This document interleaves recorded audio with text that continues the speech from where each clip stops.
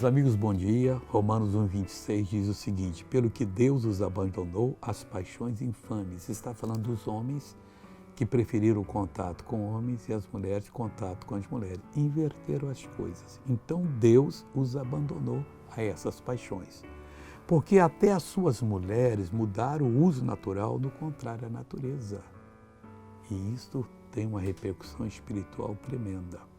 Isto dá eternidade perdida.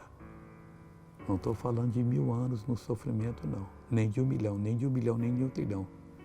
Mas de um 4 trilhão de anos, vezes um 4 trilhão, vezes um 4 trilhão, vezes um 4 trilhão de vezes, e nunca vai ter fim. Que sofrimento! E nós vamos para o céu de glória. Resista, volte para Jesus, porque Ele vai mudar a sua vida. E não seja essa pessoa de jeito algum que vai um dia ser condenado. Ide malditos para o fogo eterno. Seja bendito do Senhor. Veja agora o testemunho dessa pessoa e eu já volto para orar com você. Às vezes, quando amanhece, não posso levantar esse braço. Parece que está solto. Mas e agora, consegue? Consigo. Levante os dois. Está conseguindo. Faz uns 8 anos que estou assim. 8 anos. Você consegue ver que ela tinha um problema nos nervos. E agora Deus está curando. Assim que começa, amém? Eu vim orar agora. Vou invocar a Deus. Pai, em nome de Jesus.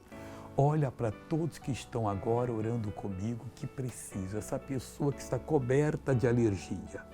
O espírito da alergia, eu te amarro, te expulso dessa vida e digo, saia, vá embora, em nome de Jesus. Amém. Bom dia.